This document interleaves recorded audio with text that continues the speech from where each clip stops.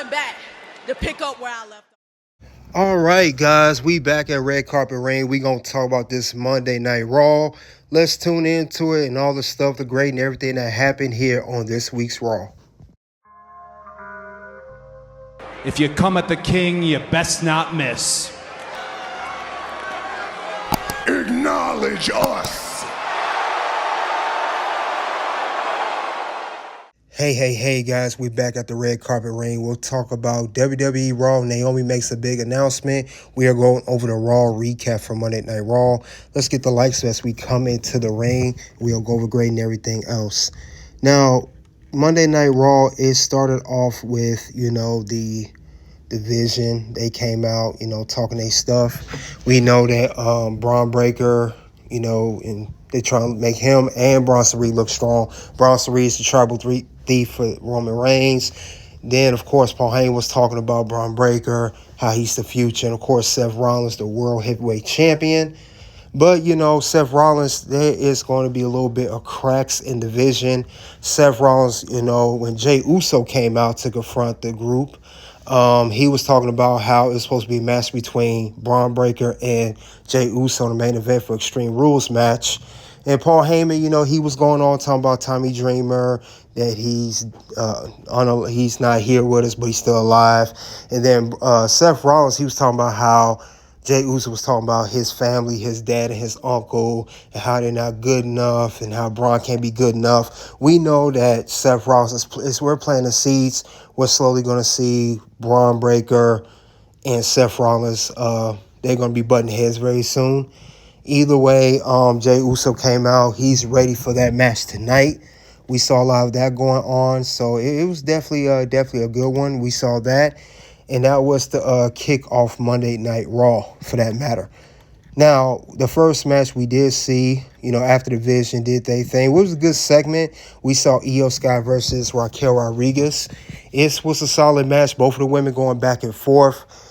Io has some good offense against Raquel. Raquel has the size advantage over Io and strength. Io has the speed and agility, but it was definitely good. We saw that before the match that Asuka and Kairi Sane offered again to offer help to Io Sky.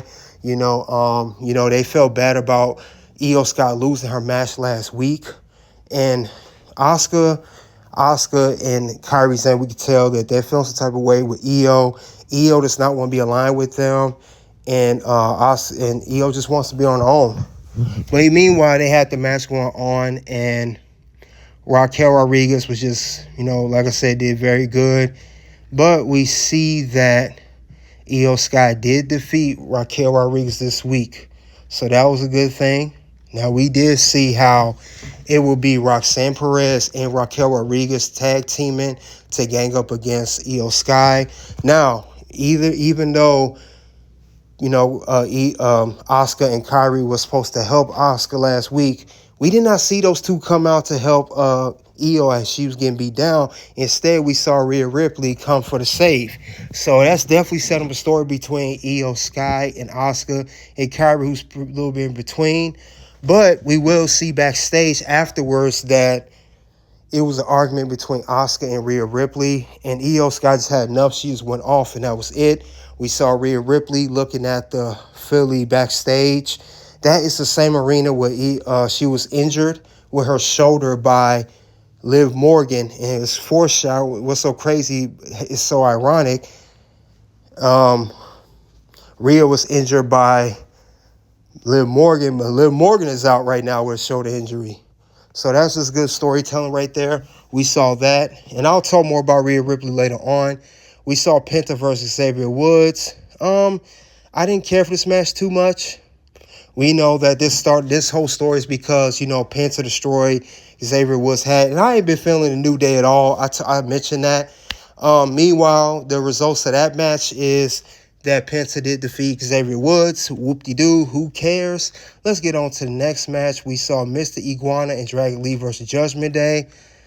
This match, I really didn't care for either. I'm not really into this Mr. Iguana guy. He's a gimmick dude, a dude from AAA. I know his merchandise is selling. His T-shirts and his reptile and all that nonsense. I really don't care about that. But the results of that match was Judgment Day defeated Iguana and Dragon Lee. Another whoop-de-doo match. Now, we did get this good match I did care about. It's the Women's Intercontinental match. Natalya challenging Becky Lynch for her championship. This was good match because we know Natalya been wanting to get at Becky for a while. She won that title. And we did see that, they tried their best to put this story out. Now, this was okay. It was a little bit better than the other matches. I thought we was going to get a little bit more, I guess, because we've seen this low-key legend Natalya killing it on the independent scene, such as GCW, NWA, and other promotions. Now, Becky Lynch did a good job working on Natalya. She injured her arm.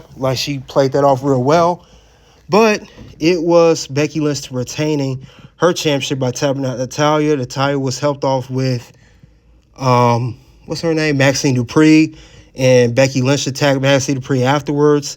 And, just interested to see how that go. We saw more of the Bayley segment, of last week, talking about she had two voices in her head, one telling her to go back to the dark side because she's been losing. She's trying to do the right thing, but the right thing has not gotten her anywhere. So we're going to see how that's going to play out with Bayley, as she is pretty much going to be turning heel soon, which is a good thing, but we'll get on to that. Meanwhile, we had a big announcement on WWE Raw, which everyone knows about. Naomi came back, after being out for a week, staying in the dress of the WWE Women's Raw WWE Women's World Championship, She talked about that, and she made an announcement. She showed a clip of her husband, Jey Uso, and her on Stephanie McMahon's podcast, What's Your Story? And we knew something was up because she was just on there. Why is she on there again? They made an announcement that Naomi and Big Jim are having a child together. Naomi is pregnant.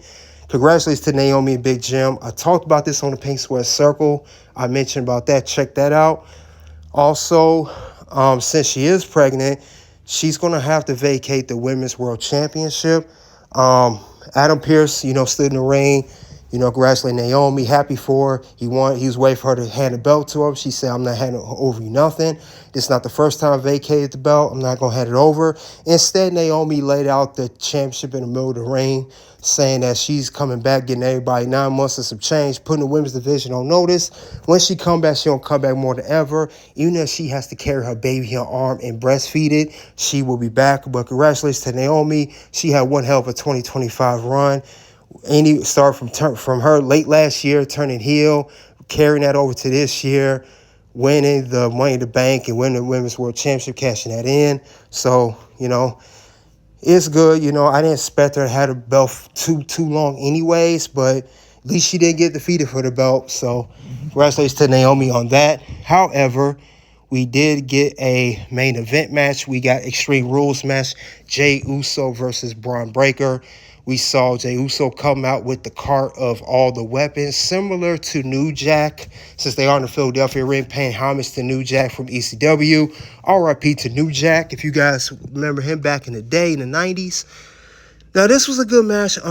We saw a lot of good stuff. We saw Bron Breakker doing what he do best. We saw Jey Uso keeping up with him. Meanwhile, we always going to get somebody to interfere. Even though it's no disqualification, it counts. Bronson Reed got involved. He got involved in the match first. Then we see LA Knight come out. Then Seth Rollins come out and CM Punk. CM Punk was chasing off Seth Rollins in the arena. We saw that going on. And then we also saw Bronson Reed, LA Knight, all of them guys getting it on. Meanwhile, the end of that result ended in Jey Uso defeating Bron Breakker. We saw Roman Reigns come out. He speared Bron Breakker. He was getting up with Bronson Reed. But that was the end of that match. But other than that, we got to go over the key moments soon and see what's going to happen. Then I'll go over my final grade of Monday Night Raw. All right, so the key moments to have for this week's Monday Night Raw is going to be happening soon. Are we going to see a feud between LA Knight and CM Punk? We know these two both have one goal. They both want to take out Seth Rollins, but at the same time, they both have goal of becoming World Heavyweight Champion. Obviously, there's only one world title. They both can't have the championship. So these two are going to definitely have a nice feud upcoming very soon. Of course, we talk about Naomi, being pregnant, vacating the Women's World Championship, being pregnant now for 7 weeks, as stated on Stephanie's podcast. But Naomi's going to be gone for a while, but we'll be happy to see when she comes back. Rhea Ripley, looking at this, remembrance of her being taken out by Liv Morgan last year, I would not be surprised if at some point down the line, Rhea Ripley turns into heel character. Don't be surprised if that's coming on. But other than that, though, we're going to go over the grading of Monday Night Raw. All right, my grading for Monday Night Raw is a 4 out of 5. This was a very, very good show. A lot of stuff going on as we prepare for Clash in Paris next Sunday. But definitely a very good show as a whole. Other than that, that's all I have for WWE Raw. Naomi makes a big announcement. This is the Raw recap for this week. You guys let me know what you think of Monday Night Raw. Click the link below to the next video. Until then, guys, you already know what it is at this point. It's OUT.